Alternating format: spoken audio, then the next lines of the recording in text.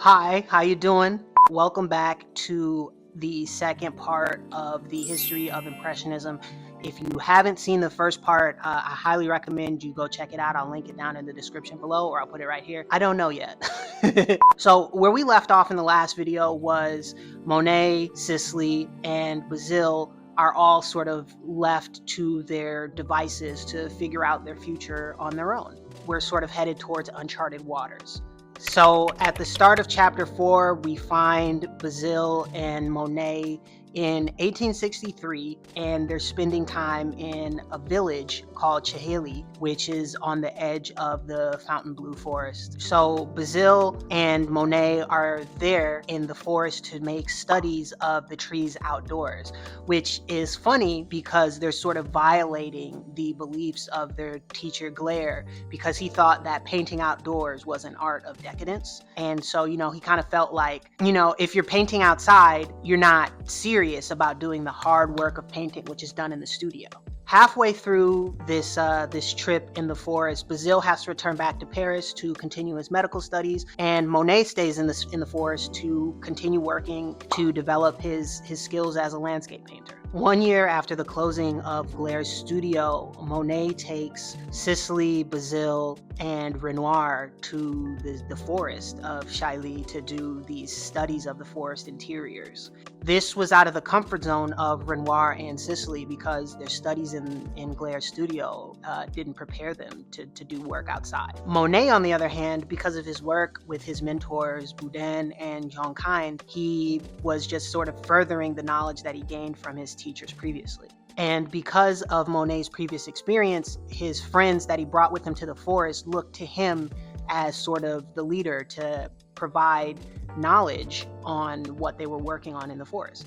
Which is cool because we kind of see Monet become the big homie in a sense. He's sort of the only one who has had enough experience and is capable enough to provide others with the knowledge that he's gained. But as our group of friends are working in the forest, they eventually run into some of the older painters of the Barbizon forest on a random chance, almost like Pokemon. The Barbizon forest was actually popular for painters 20 years older because painters like Rousseau had gone to the forest to make landscapes. In 1836, Theodore Rousseau actually settled down in the forest to get away from Paris because of his lack of success at the salons. Diaz, Millet, Jacques, and other painters joined Rousseau shortly after to sort of get away from the city as well. And the great thing about the forest was that it was close enough to Paris that our painters could make trips to the city so they weren't totally out of touch with what was happening in the art world. There were actually 2 inns that were sort of monopolized by the painters in the summer that they would stay at whenever they would come and visit. The hotels or the inns weren't known for the delicious food, but it was a place that you could go to be so close to the forest that you could get a ton of work done. At the Auberge Gunn, sorry for butchering the name, it was an inn where it was so cheap, it was actually 3 francs a day to stay there. And once again, right, it was like, the food wasn't amazing, it was just sort of this, the same food every day, these omelets. But you're not going there to have 5-star dining. You're going there so you can be a student. Well, you're going there to be a student of life, really. And after some time, Barbizon becomes synonymous with landscape painting. It's where you go to learn, and you're sort of around. It almost becomes like a social club where anyone who is interested in landscape painting or is any good is in the forest of Barbizon. Rousseau and Diaz sort of become reacquainted with the beauty of nature, and they're joined by Clairo and Daubigny. And a part of the reason for these painters going to the forest was so they could sort of forget all of the preconceptions that they've learned being in the studio and to just be engrossed in the forest and in nature. After years of struggle, these painters slowly started to achieve some fame, and they eventually meet this art dealer, Durand de Ruel. And the thing about these older painters, Diaz, Millet, Clairo, Daubigny, the thing about these painters, even though they worked outside, they didn't finish their paintings outside. They might have made sketches or started some in the forest, but eventually they all worked on them in the studio. And that's sort of what's separating this newer generation from the old. And so these older painters aren't exactly getting an impression of nature. they're more so exerting how they feel on these paintings when they get back into the studio. So there's more personal influence, more feeling, and they're working from memory, which may not be exact, but it's allowing them to sort of inject their personalities into the painting as opposed to just painting directly what's in front of them. The fact of the matter is, the newer generation, the closer they kept to their first impressions that they got when they were painting outdoors, the closer they were to keeping spontaneity in their work and sort of avoiding the pitfalls of having mannerism fall into their paintings. And so they were developing a new style unknowingly, simply by just painting what was in front of them and not worrying about how they could put themselves in the paintings. When our younger group of painters with Monet and Cicely arrive into the forest, they come there having seen the paintings of the older generation from the past. And so whether it's conscious or unconsciously, they are sort of viewing the forest through the eyes of the older painters. And so their works are somewhat influencing the things that they're painting in the forest. For example, there's a painting that Monet did of two women carrying bundles of sticks through the forest, which is kind of reminiscent of a Malay, but that's kind of like the only time we really see a connection between those two at this time. And Pissarro was also later painting peasants, which is, reminiscent of Malay, but this is sort of later on in his life as well. Unlike the masters of Barbizon, Monet and his friends strove to make paintings outdoors, which is something that the older generation just didn't do. I don't know if they didn't believe in it or they just hadn't thought to do that yet. And the knowledge to work outdoors is all thanks to Monet having studied with Boudin, which is funny because in the beginning Monet wanted nothing to do with him, and now that we're here, Monet, as Monet gets older, he is beginning to understand the importance of that chance meeting with Boudin and him taking him under his wing. That fundamentally shaped who Monet was as an artist. While in the forest, Renoir meets Diaz, an older painter who sort of takes a liking to Renoir's paintings, and Renoir is taken under the wing of Diaz, and Diaz becomes aware of Renoir's precarious financial situation, let's call it. Even at Glaire's studio, Renoir was picking up old tubes of paint that might have had a drop or two left from other painters, he was struggling that bad. But Diaz gives Renoir access to his paint dealer's wares. And so Renoir has access to Diaz's charge account. And so Renoir doesn't have to worry about paint as of right now, which is life-changing for him.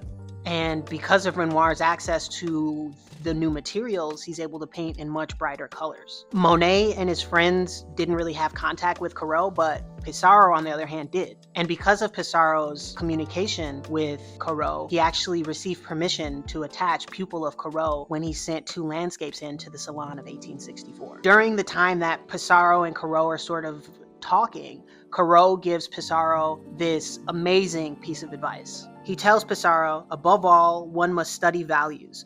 We don't see in the same way. You see green and I see gray and blonde. But this is no reason for you to not work at values, for that is the basis of everything. And in whatever way one may feel and express oneself, one cannot do good painting without it. Essentially, Corot gives Pissarro the key to being a great painter, which is don't worry about color. Worry about seeing the values of something. Because if you get your values right, the painting will be right. Corot used to always tell his students to only choose things to work on that harmonized with their internal impressions. Essentially, only paint things that you feel are important or that you feel represent you as a person. Paint what you're interested in. And don't worry about painting or following someone else, because if you paint like someone else, you're only going to stay behind them. Message! Corot feels a special connection with the Morisot sisters. So much so that he actually ends up dining at their house every Tuesday night, even though Corot is known to sort of be a hermit or like a solitary person. And when I first read this part, I was like, we sure he just liked their paintings? But yeah, he just liked their artwork and he believed in them. And their relationship was so good that in the summer of 1863, they spent that time painting landscapes with Corot. They started off their mornings really early, and with Corot right there beside them, he told them, let's work hard and steadfastly, but let's not follow too closely to Papa Corot. Let's let nature be our guide, which is kind of cute. He's almost like this father figure for them. He's their art dad. In 1864, Berthe Morisot sends 2 landscapes to the Salon, and this is her first time ever exhibiting at the Salon. And although Daubigny did not work at the Barbizon forest while Monet was there, Monet felt a special attraction to his work because, like Boudin, he also worked outdoors, which was rare for a painter of his time. And because of the freshness that Daubigny was able to capture in his paintings, it kept a spontaneity and sort of improvisational feel to the work, which actually led to Daubigny not really being fully recognized. And when his works were exhibited, they were frequently attacked by the public. And there was a writer, Théophile Gautier, who was generally accepting of newer ideas and welcoming of new painters, but even he couldn't stand Daubigny's work, and here's what he had to say. It really is too bad that this landscape painter, who possesses such a true, such just, and such a natural feeling, is satisfied by an impression and neglects details to this extent, which is just crazy that Daubigny was just so much ahead of his time that people couldn't see that eventually his work would be legendary. Luckily for Daubigny, he stuck to his guns and he was willing to sacrifice personally so that he could get closer to the feeling of nature. And in order to do this more effectively, he actually built a boat in 1857. Well, he didn't build a boat, okay? He built a cabin on a boat so that he could paint while he was on the water. And because of all of Daubigny's hard work, in 1863, a critic named Hamerton actually designated Daubigny as the chief of French landscape painters as far as fame goes. But this was actually an overstatement. Daubigny was not the most famous at the time, so I'm not quite sure where that writer got that from. But hey, all press is good press, baby. In 1864, the Salon jury was voted by 3/4 of the artists that had received medals, and out of all the artists that had been voted in, only Corot was lucky enough to receive a spot. And even Corot was far behind Jerome and Cabanel in votes. Crazy enough, Glare Glare was only given enough votes to become a substitute, and Ingres didn't even receive enough to become a substitute. He was completely left off the jury, which is crazy. It kind of shows a shift in power. And so it becomes clear that this new jury is more intelligent and slightly more liberal than juries of the past. And they even make rooms designated for the refuses of the year. They even accepted some of the artists that were rejected in previous years. Monet was allowed to exhibit 2 paintings, and Fontaine was also allowed to show 2 canvases, one of which was an homage to Delacroix.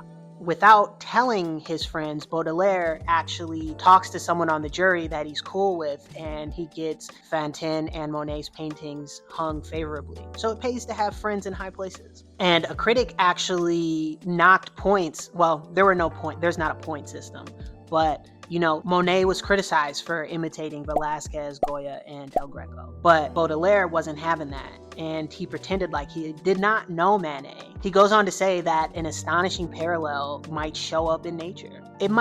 Things happen. Who knows how he got to have his work look like these 3 great masters, but we're not here for that. It's beautiful nonetheless. Can't we all agree on that? Which is, it's cool. You always want to have a writer in your corner. Pissarro and Berthe Morisot also had 2 landscapes in the show, and Renoir had 1 painting titled La Esmeralda. And later, Renoir actually destroys the painting because after his studies in the Barbizon forest, he gets it back and he sees the world in a completely new light, and so he hates it and he gets rid of it. And Manet was also discouraged by all of the criticism that he was getting, that he cut up the bullfight painting that he submitted into strips and he only saved 2 pieces. In the summer of 1864, one of the American Civil War battles takes place off of the coast of the French Channel. There's a point in this Civil War battle where a Confederate ship has to fight a Union ship, and Monet actually depicts the scene.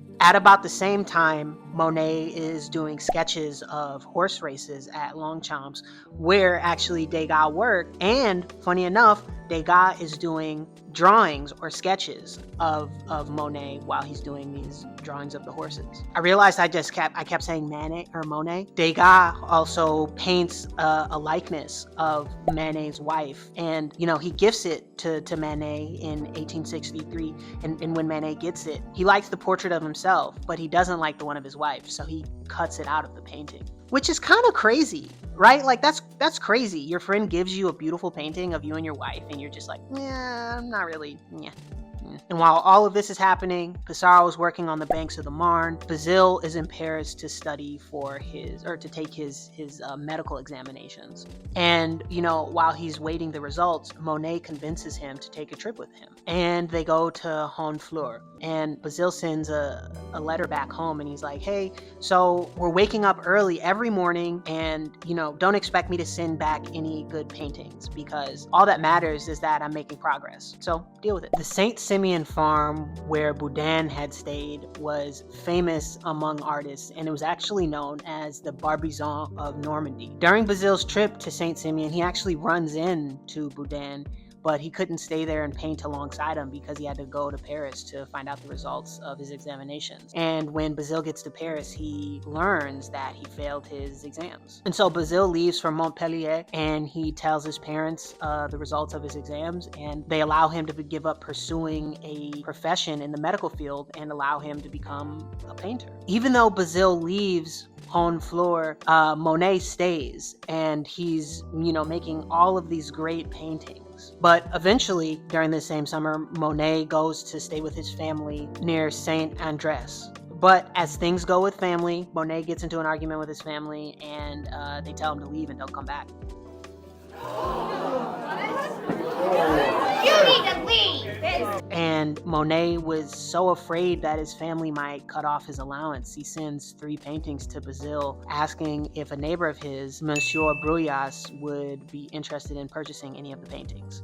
But as fate would have it, Monsieur Bruyas declines to buy any of the paintings. From the very beginning, Monet showed this eagerness to pursue being an artist and to get better at the craft. And in doing this, he made it a point to not imitate his self-chosen masters. And Monet was lucky enough to find 2 painters like Boudin and Jonkind who didn't impose themselves on Monet and instead treated him as a companion and not a pupil. They didn't want to make copies of themselves, which is amazing because in turn, they ended up making one of the greatest artists of the 20th century.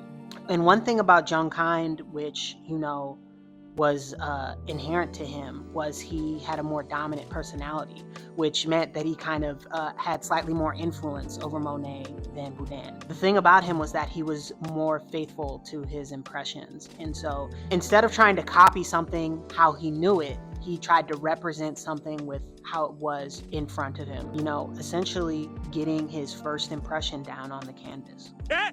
He said it!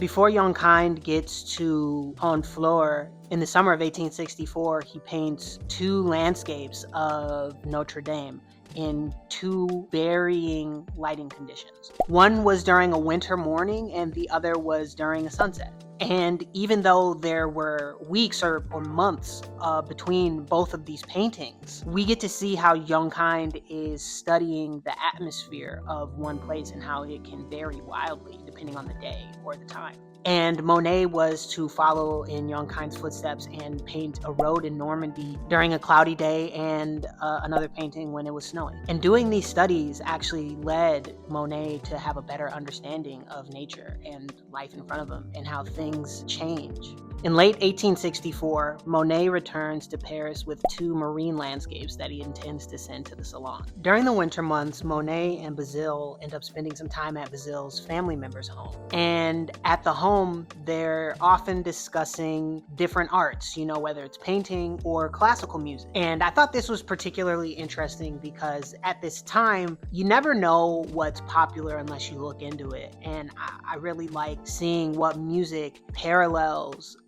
sort of the new bubbling art scene and how these things intersect with one another.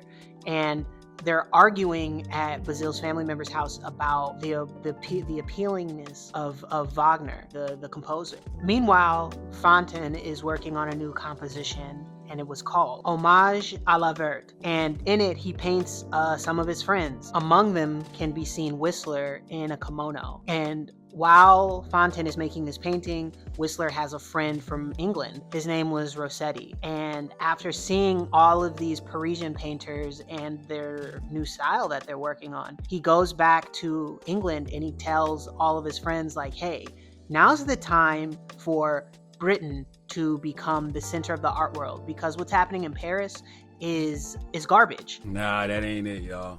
They're making a mockery of the art form that we call painting. In April of 1865, Monet returns to Chailly, and he sends a letter to Bazille asking him to come join him, because he wants him to pose for the painting, but he also wants him to help find a good spot for him to make the piece. And shortly after they choose a spot, Monet gets hurt. And because of this injury to his leg, Monet can't paint. And so he's furious, right? Like, he spent all this time getting out here. He doesn't have a bunch of money. This is something that he really wanted to do, and it's all for nothing.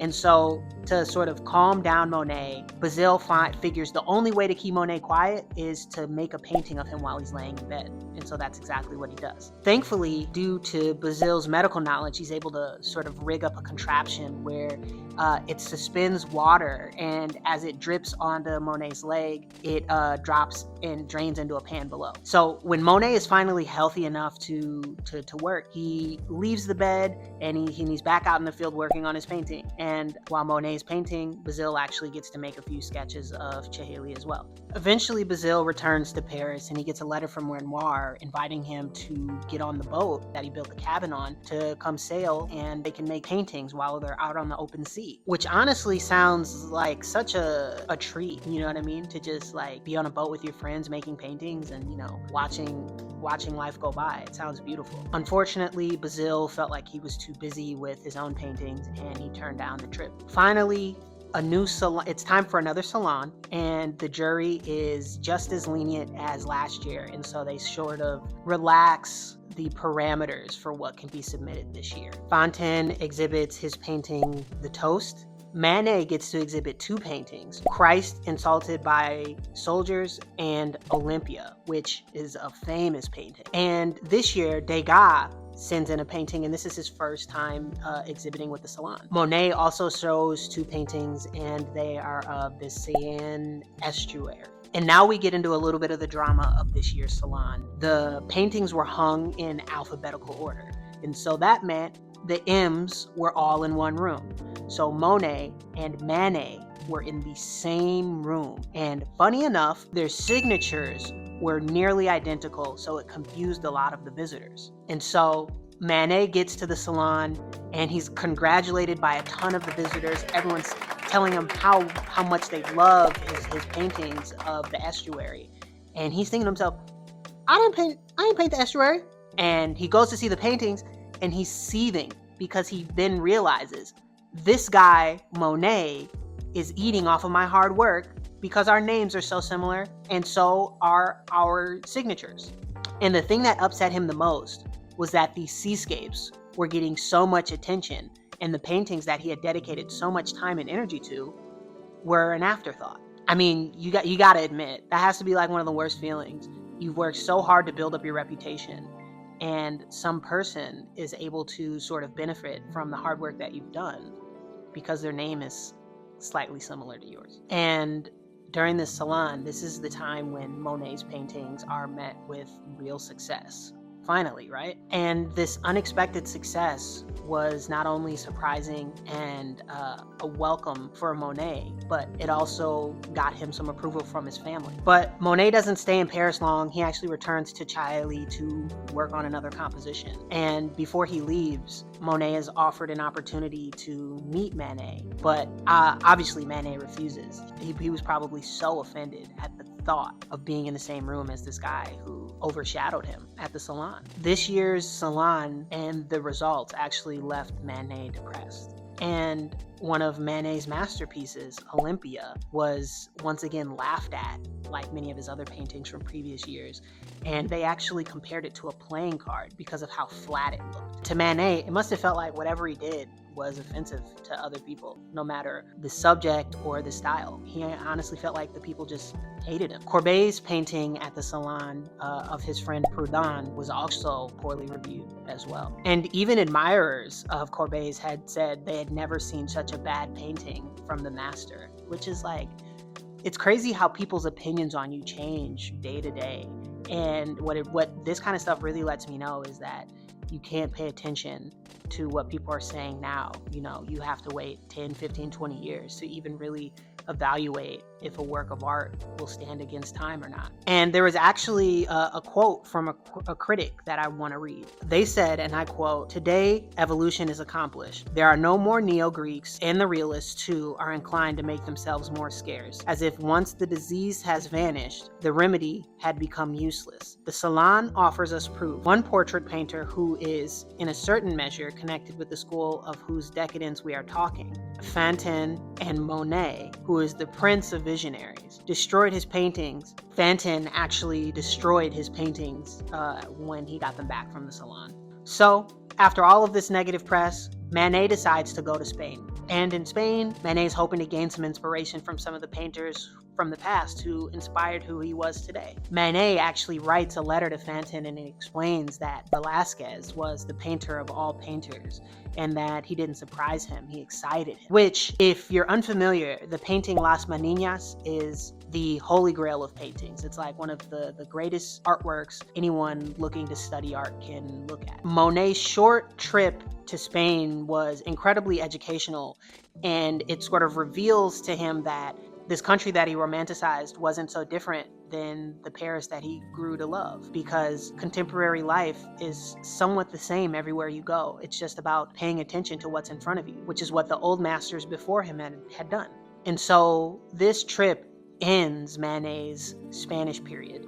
And there's an aside from the poet Baudelaire, who said there's a beauty in romanticizing the contemporary life that you see, just as the people before you did, because ultimately that's what we're going to leave behind, a record of the life that we saw every day. Manet's trip in Spain taught him that there was no escape from contemporary life, and this was something Courbet and Boudin knew all too well. But Monet was not worried about any of these problems. He was off on the coast working with Boudin and Courbet, and this was the first time that Monet actually got to work alongside Courbet. And from Monet's time next to Courbet, he learned a new, broader style of making art. And even though Monet didn't pick up everything that Courbet was showing him, he did learn to love large canvases. Near the forest of Fontainebleau, Renoir and Sisley were painting at Merlat. The two painters were actually staying with a friend of Renoir's, Jules Lecoeur. 9 years older than Renoir, Lecoeur was actually a trained architect. But in 1863, he suddenly decided to dedicate himself to painting solely. Lecoeur was a widower, and at around the same time that Renoir and Sisley are staying with him, he takes a mistress, who I believe she's like 20 years old. She's in her early 20s. Her name was Clemence Trehat. Clemence actually had a 17-year-old sister named Lise, and Renoir would fall madly in love with her. Renoir and Sisley actually spent their winter in Merlat, where Sisley was doing a painting of the village corner for the next upcoming salon. Monet returns too, so he can finish his large canvas of Déjeuner le Superbe. Sorry, I butchered it. My bad, y'all. It's gonna be on the screen. And while all of these other painters are like worried about what they're gonna send to the salon, Cézanne doesn't really care at all. He kind of has no illusions about whether they'll like the things he's working on or not. In fact, he actually enjoyed sending things that would upset the jury. He was a little bit of a provocateur, because every time Cézanne saw one of his paintings being refused, it was a sign that he was an original artist, which I think is something that can be taken today. You know, rejection doesn't always have to be a bad thing. It can be a sign that you are your own person and you're walking in your own path. So while Monet is in Chailly, he's working on finishing up his large canvas. Courbet ends up paying him a visit. And as a matter of fact, Courbet is somewhat financially supporting Monet at this time because he just likes him that much as a guy. Courbet sees the painting and he suggests a few minor changes, and Monet listens to the older painter, and upon another day, Monet sees it and he actually hates the changes that he's made. This painting that he was intending to send to the salon, he unstretches it off of the stretcher bars and he rolls it up, and he couldn't afford to pay his landlord, so he leaves it to rot essentially. But at some point, Monet comes back and he's able to sort of salvage the canvas and save a few pieces of it. And so Monet doesn't have a painting for the salon. So in just a few short days, he paints a full life-size painting of a young girl named Camille, who eventually Monet would begin to fall in love with. Chapter 5 finds us in 1866. Clairo and Daubigny are sitting on the jury discussing how to implement a more liberal approach to accepting artists, and they're advocating for their friends and contemporaries. One such contemporary is Cézanne, and Clairo and Daubigny are trying to convince the jury to accept a portrait that Cézanne did of his friend Anthony. But as you and I both know by now, Cézanne will ultimately be refused. But of course, Cézanne was unaffected because he came to expect being rejected by the jury, and like we said earlier, he saw it as a marker of his individuality. Manet was just as unsuccessful as Cézanne, and the jury refused 2 paintings that he had submitted. Monet, on the other hand, had 2 paintings accepted, his painting of Camille and Rode in Fontainebleau. Bazille had sort of a mixed bag of emotions because out of the 2 paintings he submitted, only 1 was accepted. The Girl at the Piano was rejected, and The Still Life of Fish was accepted by the jury, which he didn't really care for that painting. Pissarro had a painting accepted, and Degas also had a steeplechase scene accepted. It was a large painting, and fun fact, his brother actually posed for the jockey that was falling off of the horse. Degas, while working on this painting, sort of couldn't really decide if he wanted to go more towards the style of Ingres or Delacroix, and so he made a number of studies. Ultimately, he kind of settled somewhere in between the 2 masters. But it seems like this painting was noticed particularly because of a rule that Bazille had, which was if you wanted to get noticed by the jury, paint something big, which is something that kind of holds true to this day. If you go big, people are less likely to scrutinize the work. Renoir also submitted some works, but those were rejected as well. And actually, as the jury was done deliberating, Renoir caught Daubigny walking down the street, and Daubigny told Renoir that he should submit his work to the Salon des Refuses. And, you know, it's kind of unclear whether Renoir was open to that or not, but Cézanne was. So Cézanne writes a letter to the superintendent of fine arts, and it goes unanswered. So what does he do? He writes a second letter. Now, I want to speak to your supervisor. Better yet, I'm going to write a letter. And to boil down both of these letters, he essentially said, we're being treated unfairly, and I want the people to decide whether the art is good or not. Cézanne's second letter largely went unanswered, but it should be noted that there was a note on his second letter essentially stating that his request was impossible because it would interfere with the dignity of the salon. Go figure, right? Many historians suggest that Cézanne actually had help writing his letter to the jury from his friend Zola. Zola was a writer who took great interest in the arts, but more so when he came to Paris and he saw the Salon des Refuses with Cézanne, and it piqued his interest in the new art movements that were popping up throughout the city. In December of 1865, Zola publishes a sentimental novel dedicated to Cézanne, and this was the first time that Zola sort of has his first brush with imperial censors, where they're sort of designating Zola's work as being immoral. But a report was written by the Ministry of Justice essentially stating that Zola had no real political interests and he was focused on being an author, which is kind of crazy, right? Because like we sort of discussed earlier, being an artist and being a writer, it's inherently political, whether you want it to be or not. When you have something to say, it can be political. In 1865, Zola discusses a book by Proudhon called The Principle of Art. I'll put the French title over here. Proudhon describes art as an idealistic representation of nature and of ourselves, with a view to the physical and moral perfecting of our species. And Zola took that as the temperament of an artist or a person is central to the artwork that they make. Through conversations with Cézanne, Zola comes to the conclusion that the artist exists by virtue of themselves and not by the subject. Basically meaning genius exists to convey a subject in a new or more meaningful way. And so, for example, if someone were to paint a tree, it's not the tree that's genius. It's the way in which I convey to you how I see the tree that brings forth my genius. These conversations and ideas led Zola to produce a series of articles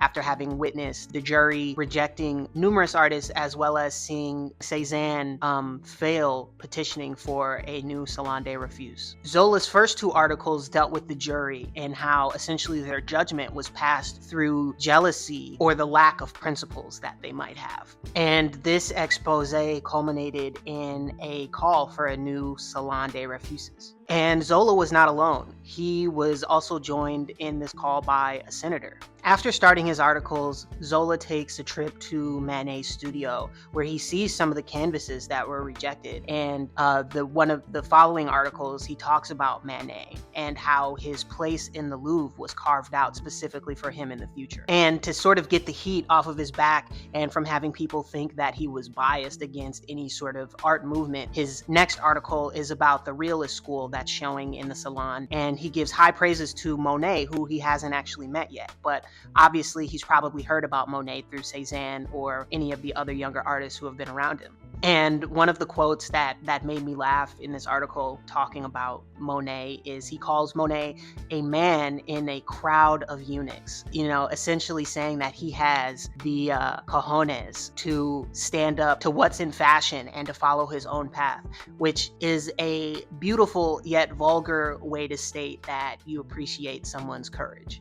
And so while Zola is writing these articles and he's publishing them, the publisher's office is actually getting flooded with letters to get rid of him because they think that his voice is bad for the art world and the community at large. Essentially, they're asking for someone whose hands have been washed of this situation and to bring in a new voice altogether. The public essentially sees Zola as a heretic to the religion that is fine art. And so obviously the editorial staff had to satisfy the readers, so they comply and they strike a deal with Zola where they say, okay, hey man, we'll let you finish out your last 3 articles here, but then after that you gotta go. And Zola was so disgusted at the idea of this that he wrote 2 more articles and then he left. He left one on the table.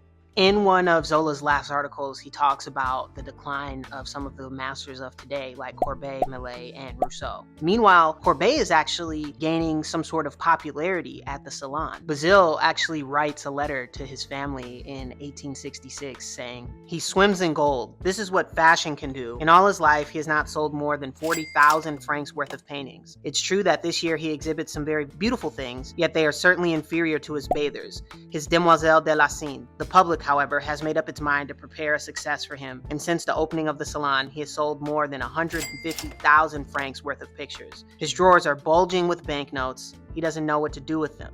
It's beautiful what a day can do, right? Like your whole life can change in one moment, which was exactly what Courbet was experiencing. It's amazing. The public's sudden infatuation with Courbet leaves Zola to be a little bit suspicious of him. Like, game recognized game, granddad. I recognize game. Your granddaddy recognized game. Game recognized game, and you looking kinda unfamiliar right now. why do these people like you now? Are you switching up on us? But of all the people who achieved success at the Salon, Monet had the greatest success, even though his works were hung poorly. And that's something to kind of respect, right? Even though the system is trying to sabotage you, they're going out of their way even.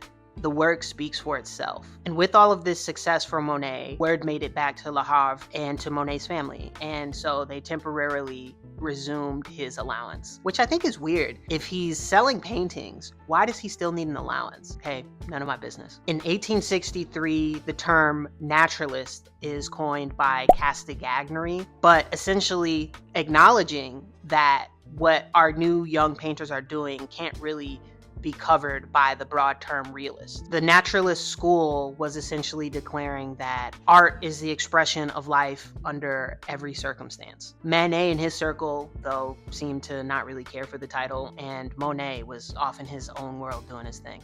Monet was off experimenting with studying light and color. In 1866, Monet actually spends the summer in the Ville d'Ivry, where he is executing a large painting of figures out in the open. And there he also paints Woman in the Garden, which Camille poses for him. Courbet would sit and watch Monet from time to time, and one day he noticed that Monet was just kind of sitting there not doing anything. And he asks him, "Why aren't you working on your painting?" And Monet responds, "I can't work on the painting unless the lighting conditions are exactly the same as the other day," which, goes to show how committed he was to his vision of painting something exactly as he saw it when he saw it, as opposed to making it up in his imagination. In 1867, Monet paints from the balcony of the Louvre, Saint-Germain, and the Gardens of the Princess. Monet ends up selling these canvases to Latouche, who has a small paint shop where in the evenings some painters would meet there to hang out and talk. And sometimes Latouche would even sell and hang the paintings of the artists who would come and visit his shop. Latouche hangs the Gardens of the Princess in the window, and people are walking by, and one day Daumier walks by and he stops in horror at this piece. And on another day, Manet walks by, and as we both know, Manet has a particular disdain, let's call it, for Monet. And, he's kind of scoffs at it and says, look at this guy, who attempts to do plein air painting as if the ancients had never done such a thing. Just hating for no reason, bro. Mind your business. And around this time, Monet's doing his paintings with large brushes and rapid strokes. And in 1867, Monet paints Terrace at the Seaside near Le Havre. And in doing this painting and similar paintings around this time, he is able to overcome Courbet's influence and kind of accumulate enough knowledge that he's able to take what he wants from Courbet's style and make it all his own. And while Monet's friends like Sicily, Renoir, and Pissarro are also sort of learning how to work with Courbet's style and develop their own, Cézanne is off in his own world. He's not really looking to some of the great masters like Velázquez or Goya. He's looking to Zurbaran and Rivera. And Cézanne's really attracted to how they simplify things. And in 1866, a friend writes a letter and he says, Cézanne is the one out of all of us who I believe will grow to be the strongest. And, it's tough when you're a young artist and you're studying people who came before you and you're trying to learn what they knew. Whistler, for example, kind of got lost in the sauce. And, he even goes on to say, "The period when I came to Paris was very bad for me. Courbet and his influence was disgusting. The regret I feel and the rage and even hatred that I have for that now would perhaps astonish you." Whistler was just kind of continuing to follow in someone's influence as opposed to making it his own. Whistler and Fantin got lost in making formulaic paintings because they were so locked in to studying the greats. Renoir, on the other hand, also followed in Courbet's influence, but not too strictly. He kind of allowed himself to follow or fall into a bunch of different styles, whatever pleased him at the time. Because for Renoir, any moment spent painting was a joy for him. So he just took pleasure in making art. In the Fontainebleau forest, Renoir had made a landscape of the forest using palette knives. And this was the closest thing to Courbet out of any of the group of friends. But he didn't really like working this way because he couldn't retouch the painting without scraping it down first. Eventually, Renoir ends up painting his young mistress, Lai Suing. She had recently turned 18 in 1866 and was the daughter of a postmaster, and he has her sit for a large painting called Diana. Back in Paris, Renoir ends up renting a studio with Bazille. Monet, meanwhile, ends up finishing his painting Woman in the Garden and leaves for Le Havre in 1866 to escape his many creditors. And before he leaves, he couldn't afford to take the paintings with him, so he put a slit in over 200 canvases. But even Monet defacing these paintings couldn't stop the vultures from swooping down to sell the paintings in lots of 50 for around 30 francs a lot. They were gonna get their money, okay? Monet was in such a bad spot that he sent a letter to Bazille in December begging him to send him some of his leftover canvases so that he could scrape them down and work on them. What made these times trying for Monet especially was that him and Camille were expecting a child soon, and there was nowhere else he could turn for help. And so Bazille, being the good friend that he was, decides to buy Women in a Garden for 2,500 francs, which was a lot of money at the time, and so he ends up paying for it in monthly installments of 50 francs. And I know what you're thinking, doesn't Monet got rich family? He do, but the thing was, right, they were only providing him the bare minimum, which was food and a roof. Monet needed the money. He had a baby on the way. The drama. Monet's letters to Bazille begging for money kind of upset Bazille because he's like, yo man, I'm doing all I can for you and you got a place to stay. But on the other hand, Monet was frustrated with how slowly Bazille would take to respond to the letters because Bazille didn't know what it was like to wake up wondering where your next meal would come from, which Monet didn't really either, at least at this time. Spare change, ma'am.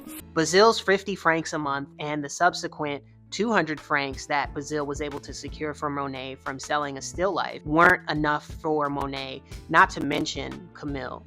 And so Bazille ends up writing a letter to Monet's family like, hey, your son needs help. He's struggling. He's doing bad. Monet's father is like, yeah, we'll help the boy, but he got to come back home. He got to leave that girl. And so Monet is faced with this choice of being there with the mother of his child and his new baby, or going to his aunt's house where he can continue to pursue being a painter under the supervision of his family and getting an allowance. And so Monet makes the hard choice to follow his dreams. And he says, peace, baby. I got to do me. So Monet gets to his aunt's house and he's so broke still that he can't even get enough money to take the train to go see his baby. And Monet's string of bad luck continued because he couldn't even sell Women in a Garden.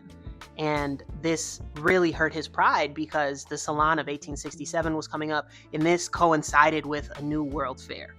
And someone asked, hey, why did we reject Monet's painting? It's great. And someone on the jury goes, yeah, that's exactly why we rejected it. Might have to drop a dime on them. For sure. You know what I'm saying? Gotta stop it. I don't like that shit. For sure, bro. I don't like that shit. He's doing too good. We can't have him winning like that. That's not how this works. Once again, Cézanne submits some paintings, and a rumor starts that he submits a painting with pig's feet. And Zola immediately writes a retort saying, no, I've known Cézanne since we were kids. He deserves a shot. Let's put up the Salon des Refuses. But that didn't go as planned. The request once again was denied. During this salon, there is a memorial show for Ingres, which really impacted Degas. Which, the sad part was Ingres lived long enough to see himself become sort of the arbiter of what was true in art and what the aesthetic was, but he also watched it become disconnected from real life. At the same time, there's two one-man shows by Courbet and Manet.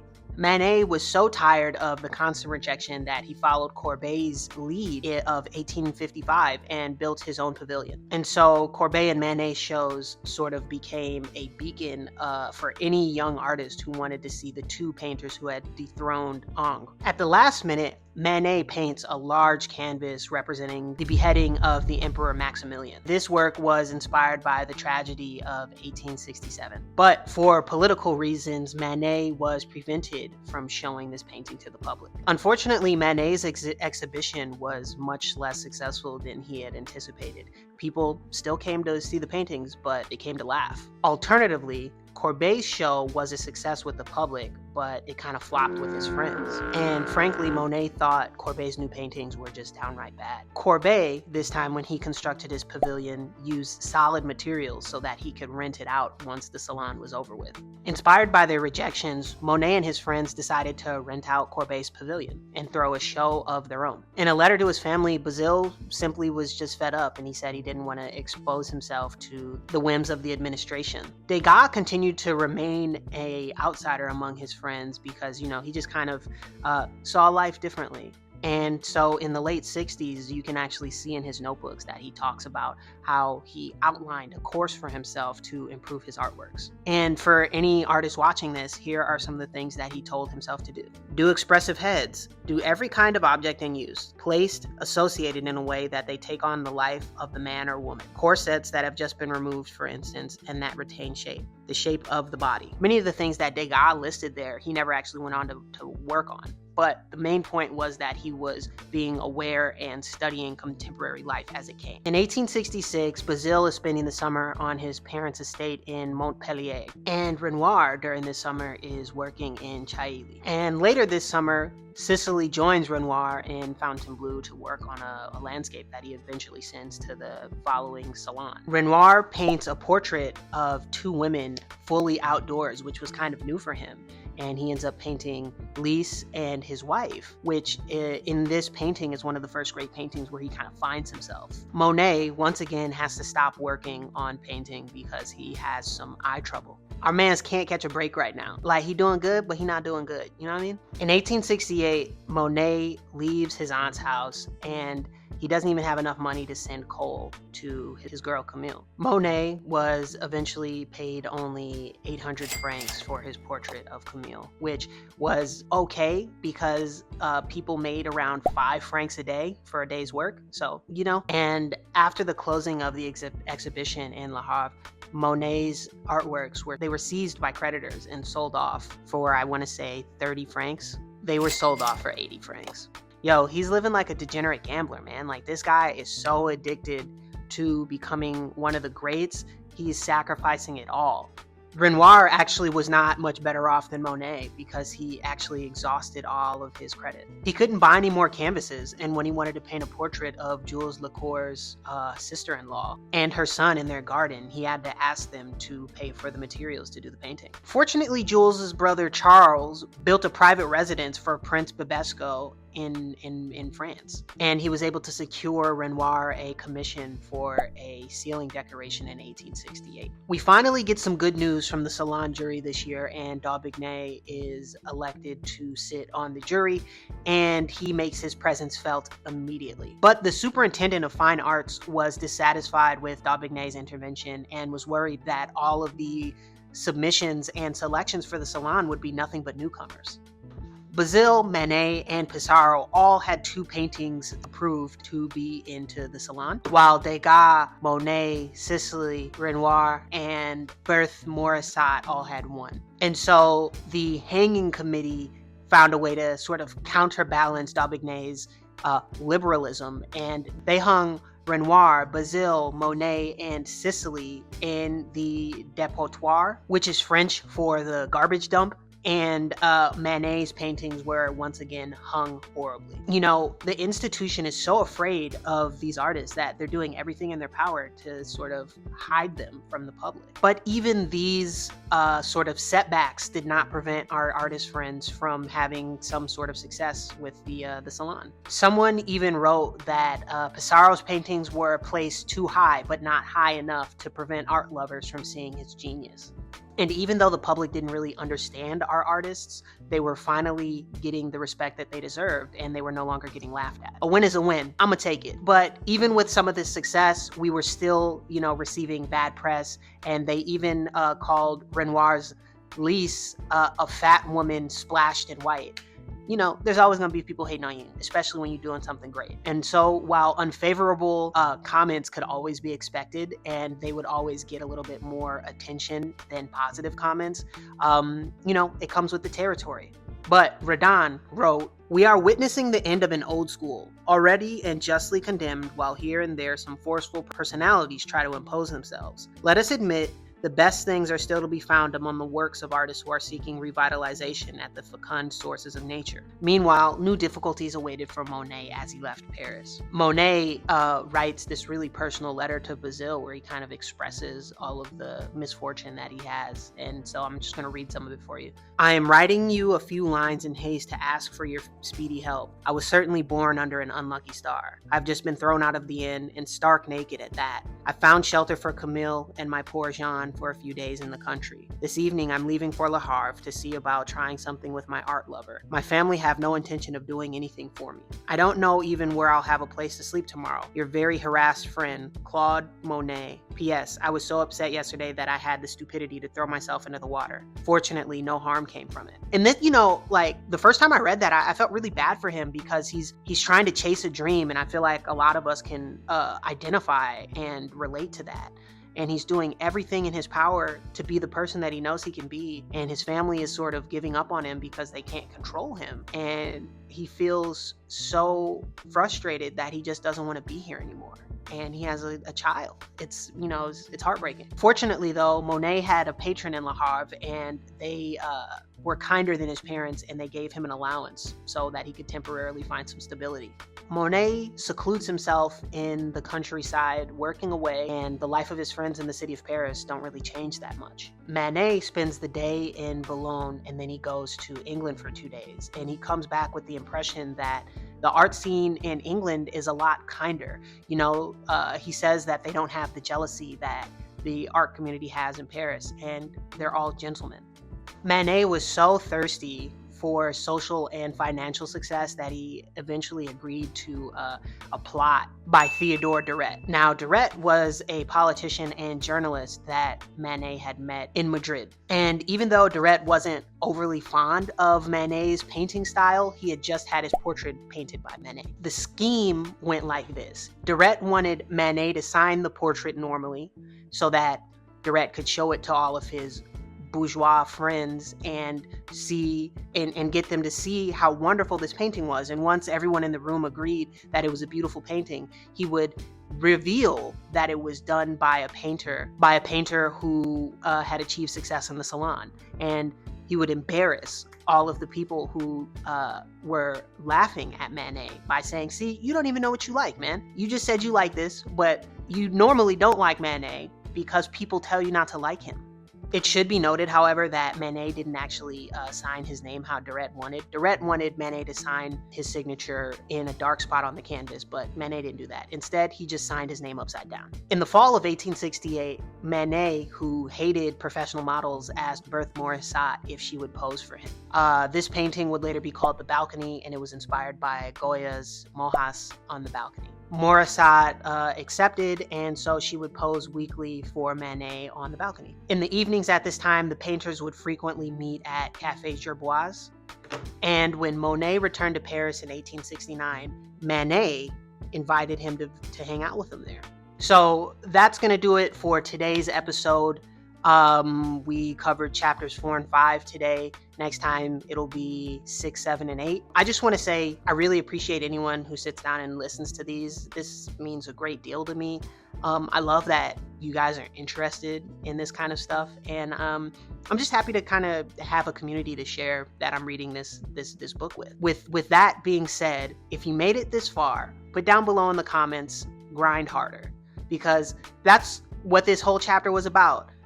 For me, reading it, these people are facing all of these difficulties, and some of them have kind of been imposed on themselves by themselves because they're making their lives harder. But at the end of the day, they're in pursuit of greatness. And, respect, hats off to them. And clearly they achieved it. And they took a risk. And I love it. Thank you so much for hanging out with me today, yesterday, and tomorrow. I am about to go get started on the next video. I appreciate everyone. I love you. Oh, like, comment, subscribe if you haven't already. There will be plenty more where this came from. And, we're just going to be having fun on the channel. But thank you. Peace. Griselda. Hey, yo,